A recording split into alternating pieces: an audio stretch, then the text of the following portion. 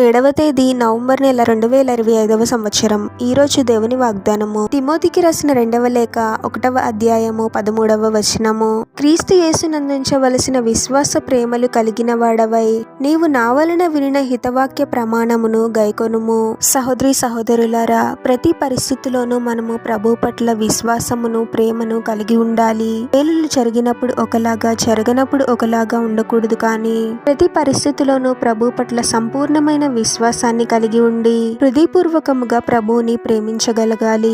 మనపై ప్రభువుకున్న ప్రేమ ఎంతో గొప్పది. మనము ప్రభు ప్రేమను గుర్తించి ఎల్లప్పుడూ మనము ప్రభువుని ప్రేమిస్తూ ప్రభువు ఏది చేసినా నా మంచికే అనే నమ్మకాన్ని కలిగి ఉండాలి. మనము ప్రతిదినము దేవుని వాక్యాన్ని ఏదో ఒక విధంగా వింటూనే ఉంటాము. వాక్యాన్ని విని వదిలేయడం కాదు, కానీ వినిన వాక్యాన్ని మన హృదయాలలో పదిలపరుచుకోవాలి. వాక్యానికి విరుద్ధమైన కార్యాలకు ఏమాత్రము చోటివ్వకూడదు. మన జీవితాలలో ప్రతి విషయంలోనూ వాక్యానుసారంగా జీవించాలి. వాక్యానికి లోబడి వాక్యానుసారంగా జీవించినప్పుడే మనము క్రీస్తుని నిజంగా ప్రేమించిన వారం అవుతాము. ప్రార్థన. పరిశుద్ధుడగు ప్రభువా, మీ పరిశుద్ధమైన నామమునకు తరతరములు యుగయుగములు మహిమ కలుగును గాక.